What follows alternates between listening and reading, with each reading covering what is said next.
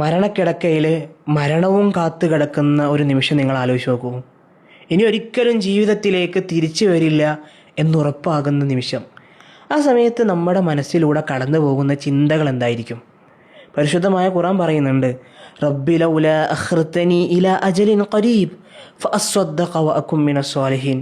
പടച്ചോനെ, കുറച്ച് നേരം നീ എനിക്കൊന്ന് നീട്ടി തന്നിരുന്നെങ്കിൽ ഞാൻ സ്വതക ചെയ്യുമായിരുന്നു, കുറച്ചുകൂടി നല്ല മനുഷ്യനായി തീരുമായിരുന്നു.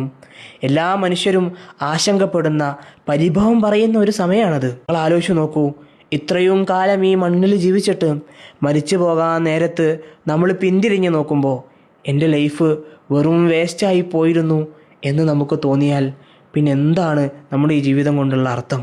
അതുകൊണ്ട് മരണക്കിടക്കയിലാകാൻ കാത്തു നിൽക്കേണ്ട കാര്യമില്ല. ഇപ്പോൾ തന്നെ പരമാവധി സമയമെല്ലാം ഉപയോഗപ്പെടുത്തി അള്ളാഹുവിലേക്ക് അടുക്കാൻ ശ്രമിച്ചുകൊണ്ടിരിക്കുക.